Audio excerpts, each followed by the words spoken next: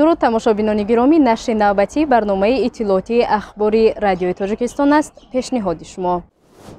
Сарбанди бунёдгардидаи нерӯгоҳи барқии обии Норак дар дунё ҷойи аввалро ишғол менамояд.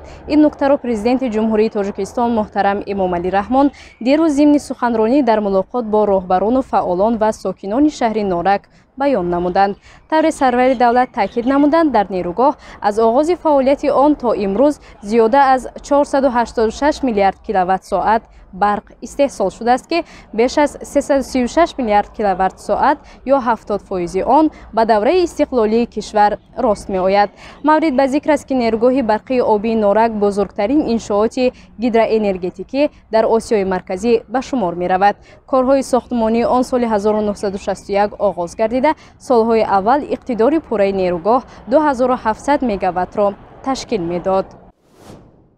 дар Тошкент таҳкими ҳамкориҳои гумрукии Тоҷикистону Узбекистон баррасӣ шуд. дар мулоқоти сафири Тоҷикистон дар Узбекистон ва муовини аввали раиси кумитаи гумруки ҷумҳурии Узбекистон ба густариши ҳамкорӣ миёни ниҳодҳои марбутаи ду кишвар изҳори назар намуда, ҷиҳати тақвияти фаъолияти пурсамари низоми гумрукӣ ва мусоидат дар ҳамлу нақли молу маҳсулот пешниҳодҳои мушаххасро ироа намуданд. ҳамзамон ҷонибҳо масъалаи тезонидани муоинаи гумрукӣ ва пешгирии танбашавии воситаҳои нақлиёт ва нуқтаҳои гузаргоҳҳои сарҳадиро баррасӣ намуданд. таъсиси гузаргоҳҳои нави дорои аҳамияти байналмилалиро зарур шумурданд.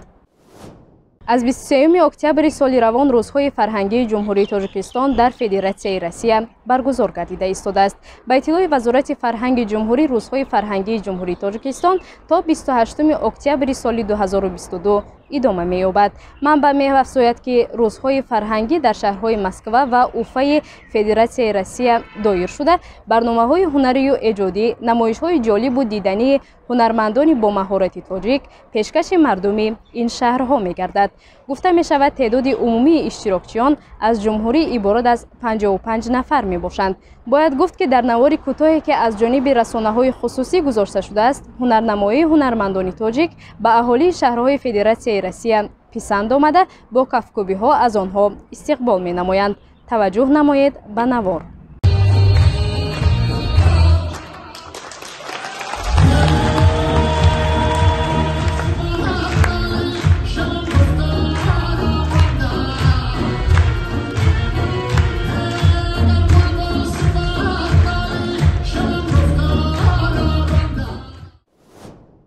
аз 1 то 12 ноябр дар шаҳри Аммони Урдун чемпионати Осиё оид ба бокс миёни мардҳо ва бонувон баргузор мешавад. дар ин бора Кумитаи Олимпии Тоҷикистон иттилоъ медиҳад.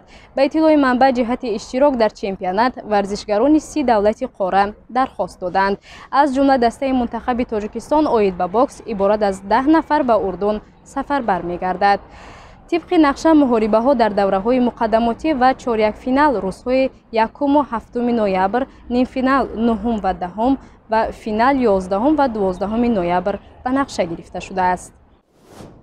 ҷанговари маъруфи ММА Чарлз Оливер либосҳои миллии тоҷикиро ба бар кард. хабар медиҳад Sports TG дар шабакаи инстаграми худ. Олимҷон Саидов, яке аз мухлисони Чарлз Оливер аз Тоҷикистон буда, ба Оливер ҷома ва сарпӯши миллии мардонаро ҳадя кард. ба қавли Sports TG, Чарлз тоҷики ҳақиқӣ шуд. Чарлз Оливер ба ин марди тоҷик ташаккур гуфт ва бо ӯ чанд акс гирифт. таъкид мешавад, ки Олимҷон Саидов он рӯз дуюмин нафаре буд, ки либосҳои миллии халқашро ба Чарлз Оливер ҳадя кардааст.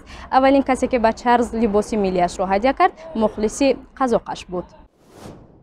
дӯстони арҷманд, инҷо мерасем ба фарҷоми барномаи ахбори радиои Тоҷикистон. то барномаҳои минбаъда шоду пирӯз бошед.